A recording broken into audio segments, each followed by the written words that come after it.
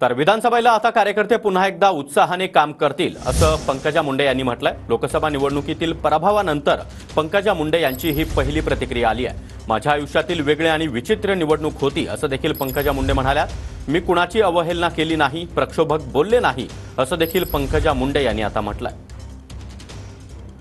Jarange factor होता या सगळ्या प्रकारामध्ये, त्याबद्दल काय वाटतंय? त्यांच्या विचारांचा प्रभाव नक्कीच मला निवडणुकीत पाहायला मिळाला।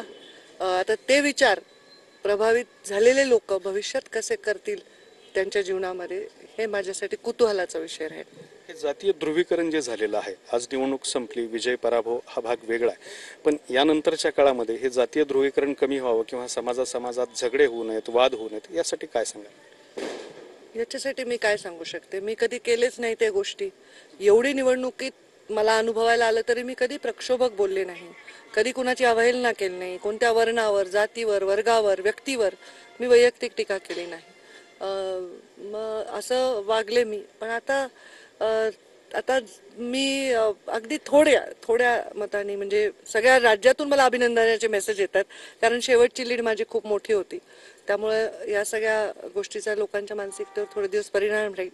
कार्यकर्ते परत अंग झटकून कामाला लागतील। थोडक्यातच विधानसभा आहे, विधानसभेमध्ये नक्कीच हे कार्यकर्ते परत उत्साहाने, आता जे झालं त्याच्या हिशोबाने विधानसभेत काम करतील।